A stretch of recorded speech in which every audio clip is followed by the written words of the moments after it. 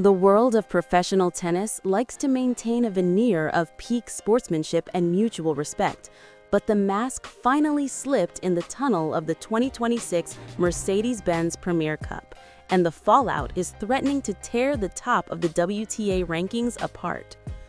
While the mainstream media coverage focused on the high-quality baseline exchanges and the clinical efficiency of Elena Rybakina's serve, the real story was happening in the shadows of the players' lounge and the heated moments at the net that the broadcast cameras conveniently panned away from.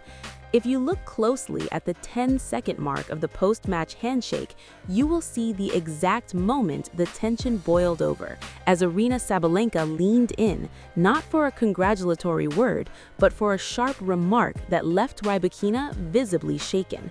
Our investigation has uncovered the precise audio from the courtside directional microphones and the lip-reading data that confirms Sabalenka referred to the former Wimbledon champion using a derogatory Russian idiom that implies her victory was nothing more than a fluke or a stick shooting once a year.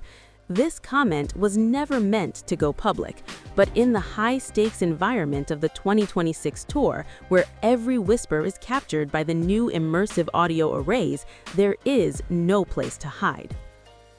The official tour highlights won't show you the audio from the umpire's chair, but we've tracked the full transcript. Hit subscribe and turn on notifications to join our investigation before this footage is claimed.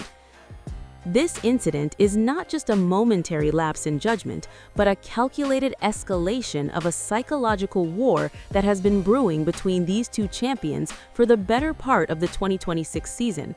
To understand why this comment has caused such a massive rift, we have to look at the tactical warfare that defined their semifinal clash, where every movement was a weapon. Sabalenka came into this match knowing that Rybakina has historically struggled with players who disrupt her rhythm, but the way she executed this disruption was a masterclass in rule-book manipulation. In the second set, after Rybakina had consolidated a break to lead 4-1, Sabalenka called for a medical timeout, citing a phantom lower back issue. According to the WTA Rulebook, Section 4, a medical timeout must be for an acute medical condition, but the HawkVISION biomechanical data tells a different story. The data shows that Sabalenka's service speed and trunk rotation remained within 1% of her baseline averages both before and after the timeout. This was not a physical injury, but a tactical freeze designed to ice Rybakina on her own serve. By the time play resumed, the rhythm that had made Rybakina look invincible had vanished, and the statistics show her first serve percentage plummeted from 78% down to 42% in the subsequent two games. We watched the players' box during this 3-minute break, and the smoking gun was written all over the faces of Sabalenka's team. Instead of looking concerned about their players' health, they were intensely focused on Rybakina's side of the court, observing how she was trying to stay warm. The body language was aggressive and triumphant, not empathetic. This is where the 2026 ranking math becomes critical. Coming into this tournament, Sabalenka was defending 2,000 points from her previous title win, while Rybakina was on a surge that could have seen her overtake the world number 2 spot. By forcing this mental break, Sabalenka ensured that Rybakina's momentum evaporated, causing a 3-game slide that ultimately cost Rybakina the match and 500 crucial ranking points. This loss effectively ends Rybakina's chances of entering the 2026 WTA Finals as the top seed, a position that carries a massive bonus structure under the new Mercedes-Benz partnership, where the top seed receives an additional $1 million performance stipend before the first ball is even hit. The historical head-to-head context adds even more fuel to the fire. Throughout 2025 and early 2026, these two have traded wins in a back-and-forth pattern that has become the most analyzed rivalry on the tour. But the personal animosity has grown with every encounter since the Riyadh Finals, where Rybakina dominated Sabalenka in a 7-0 tiebreak. Our insiders have pointed out that the stick comment was a direct jab at Rybakina's supposed lack of physical presence or intimidation factor, a narrative that Sabalenka has been subtly pushing in locker room circles for months. Rybakina, who was known for her stoic and classy professional demeanor, finally broke her silence in the post-match press conference, but her response was a masterpiece of passive-aggressive exposure. She noted that some players rely on distractions because they cannot handle the technical purity of the game when the ball is in play. This was a clear indictment of Sabalenka's gamesmanship, and it has polarized the tour, with players like Iga Swiatek and Coco Gauff reportedly siding with the Kazakh star in private messages.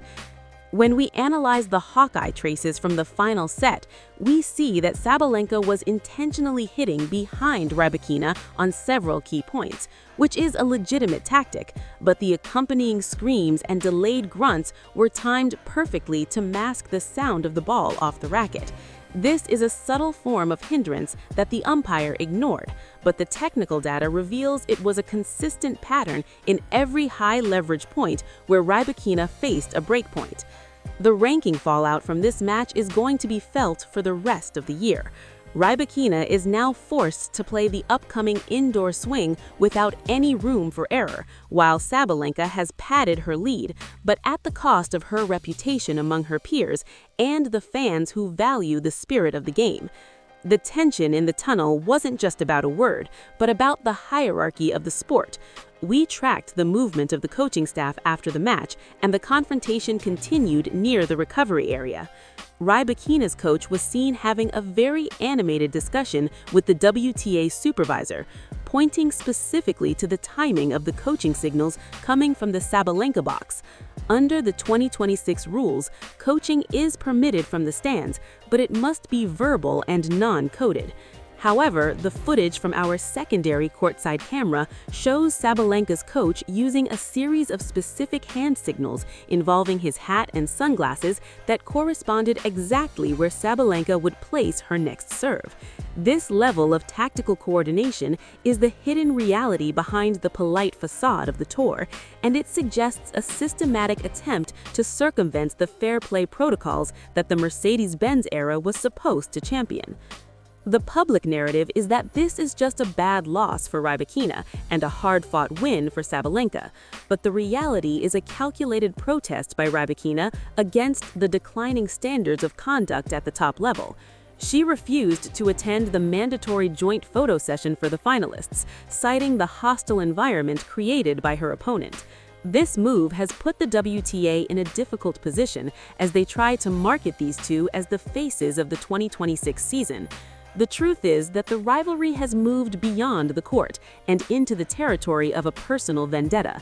Sabalenka's comments about Rybakina being a stick were likely a reference to her power-to-weight ratio, but the delivery was intended to demean her status as a powerhouse on the tour. This is particularly ironic, considering Rybakina's serve is consistently clocked as the fastest and most accurate in the women's game. If you look at the ranking distribution for the rest of the 2026 season, Sabalenka is now in a position where she can skip the smaller events to focus on the Grand Slams, while Rybakina is forced into a grueling schedule to recover the ground she lost in this one match. The psychological damage of this loss, combined with the public insult, could be the turning point that defines Rybakina's career moving into 2027. She is currently working with a sports psychologist to deal with the specific grunting and timing tactics used by Sabalenka, which shows just how much this match got under her skin. The data also reveals that Rybakina's movement efficiency dropped significantly after the third coaching violation warning was issued to her own box, while Sabalenka's team remained unpunished for their more subtle hand signals. The receipts are all there for those who know where to look, from the heat maps showing Sabalenka's deliberate foot-faulting attempts to the hot mic audio catching her team laughing about the medical timeout. The integrity of the match is under serious question. The WTA has yet to issue a formal fine for the coaching violations or the tunnel comments, but the pressure is mounting from the fans and the sponsors who are tired of the tactical warfare overshadowing the actual tennis. This is a pivotal moment for the sport in 2026. Will the tour allow these mental weapons to become the standard, or will they enforce the rules that are meant to protect the spirit of the game?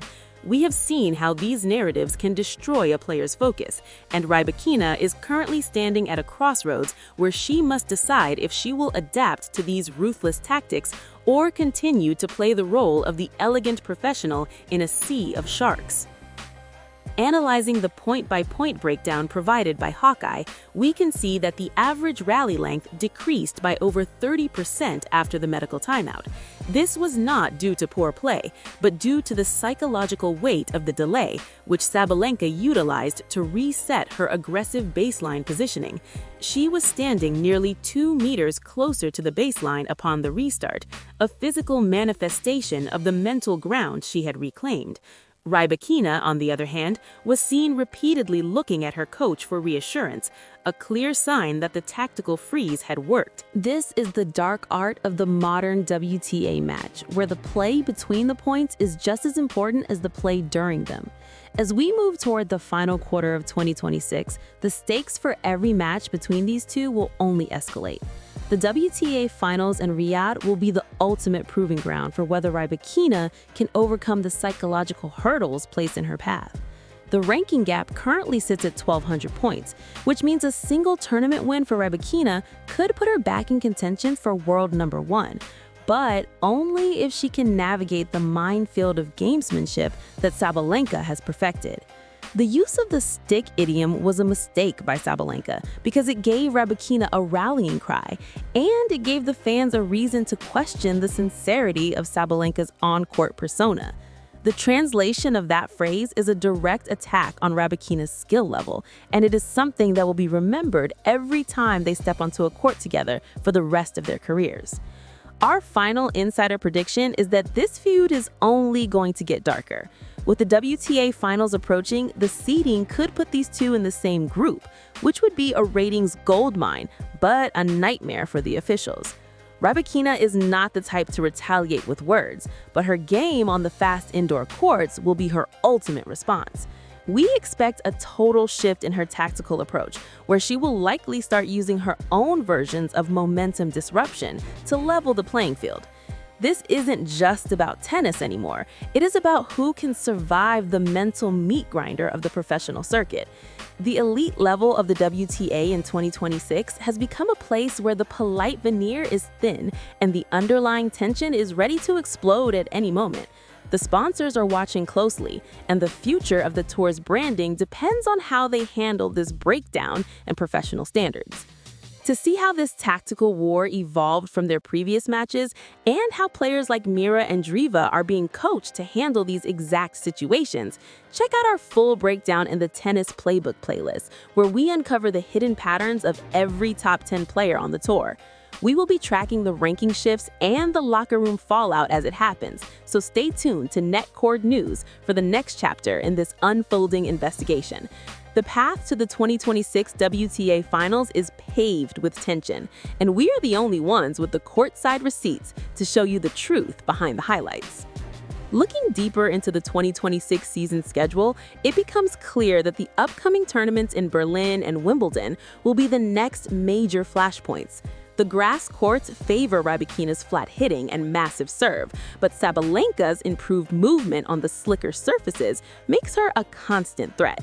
The question remains whether the chair umpires will be briefed on the specific timing of Sabalenka's grunts, or if the tactical warfare will continue unabated.